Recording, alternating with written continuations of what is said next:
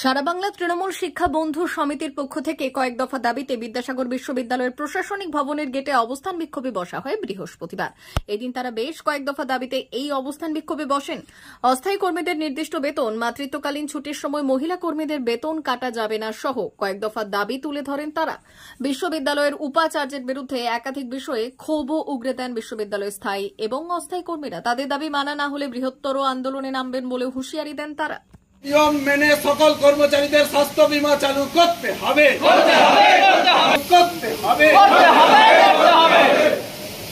অবিলম্বে সকল অস্থায়ী কর্মচারী মহিলাদের সবেতন মাতৃত্বকালীন ছুটি। বন্দে মাতরম। বিশ্ববিদ্যালয়ে আর্থিক অনিয়মের বিরুদ্ধে স্বচ্ছ তদন্ত করতে হবে।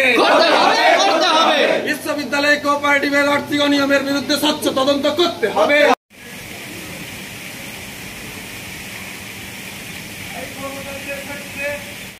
মেনে 2024 সালে মমতা বন্দ্যোপাধ্যায় জননেত্রী উনি ঘোষণা করেছেন বিভিন্ন দাবি, যে এখানে ক্যাজুয়াল কন্ট্রাকচুয়ালদের যে সমস্ত বেতন কাঠামো সেগুলো অতি অবশ্যই দিতে হবে।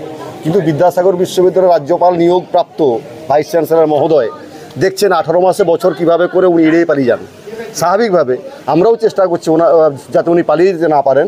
বিশ্ববিদ্যালয়ের সমস্ত কর্মচারীর স্বার্থে, যেমন ধরুন ক্যাজুয়াল কর্মচারী যারা আছে ওদের কন্ট্রাকচুয়াল করতে হবে এবং ইপিএফের আওতায় আনতে হবে, যাতে ভবিষ্যতে রিটায়ার হওয়ার পরে ওই সমস্ত কর্মচারী কিছু টাকা নিয়ে দিতে পারে।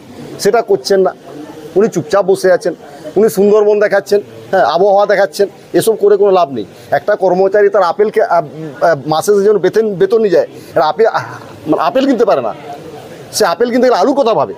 তো স্বাভাবিকভাবে এই বঞ্চনার বিরুদ্ধে আমাদের লড়াই এবং অবস্থান বিক্ষোভ চলবে, এবং যদি না মানে আমাদের দাবি আগামী দিন চিরকাল এটা চলতে থাকবে। এবং 2019 রোপা মমতা বন্দ্যোপাধ্যায় সরকার শুরু করেছিল 2019 সালে, স্বাভাবিকভাবে এরপরেও জিও বের করেছেন যে এই বেতন কাঠামো দিতে হবে কন্ট্রাক্টরদের।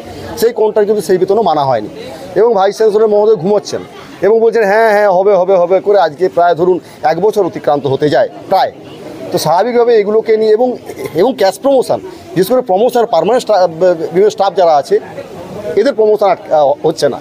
তো আমরা বলেছি ইউনিভার্সিটিকে এগুলোকে ইমিডিয়েট করতে হবে, না হলে আমাদের অবস্থান আজকে চলবে, সারাদিন চলবে এবং পারলে আগামীকাল চলবে এবং অনির্দিষ্টকালের জন্য চলবে এগুলো।